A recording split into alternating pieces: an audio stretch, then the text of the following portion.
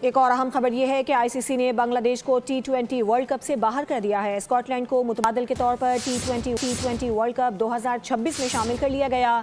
آئی سی سی کے chief executive نے ہفتے کے صبح آئی سی سی بورڈ کو تحریری طور پر آگاہ کر دیا۔ کہا کہ بنگلہ دیش کے مطالبات آئی سی سی پالیسی کے مطابق نہیں ہیں۔ اسکاٹ لینڈ گروپ سی میں اٹلی، نیپال، ویسٹ انڈیز اور انگلینڈ کے ساتھ رکھا گیا ہے۔